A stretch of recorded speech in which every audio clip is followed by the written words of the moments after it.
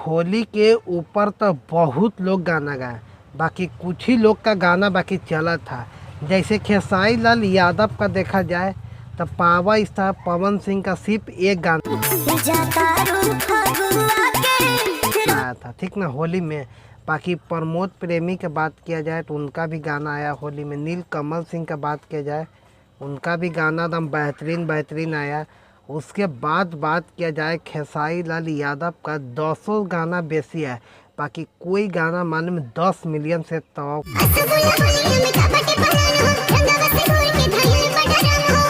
नहीं किया। काहे कि पावर स्टार पवन सिंह का 11 मिलियन सिर्फ एक गाना गया था, वो भी होली में सिर्फ एक ही गाना लेकर आए थे, वो भी साइंस सॉन्ग था, ठीक ना, साइज सॉन्ग। काहे कि उसमें होली में मिक्स था गाना, इसी कारण बता रहे। काहे कि प्रमोद प्रेमी यादव का देख लीजिए, उनका भी होली में गाना आया 2 मिलियन, 1 मिलियन के पास रहा। उसके बाद नील कमल सिंह का देख लीजिए, वो भी होली में एक नहीं बहुत गाना गाए, बाकी उनको गाना फ्लॉप रहा। अरविंद अकेला जो कलू था ना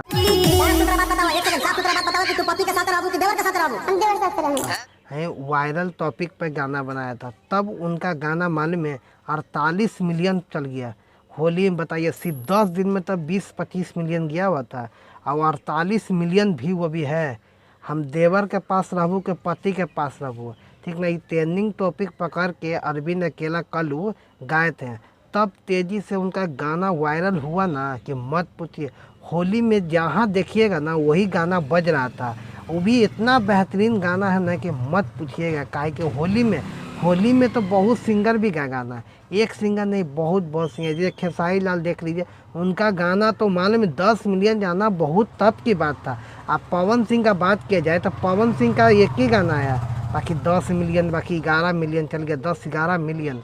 इसी कारण कहते हैं होली में साफ सुथरा गाना गाइएगा ना तो आपका गाना तेज़ी से वायरल होता है। इसी कारण अरविंद अकेला कलू उनका सिर्फ आया गाना, अभी मालूम में 10 मिलियन से कुछ नहीं है, उनका तो भैया 50 मिलियन का बात किया जाए।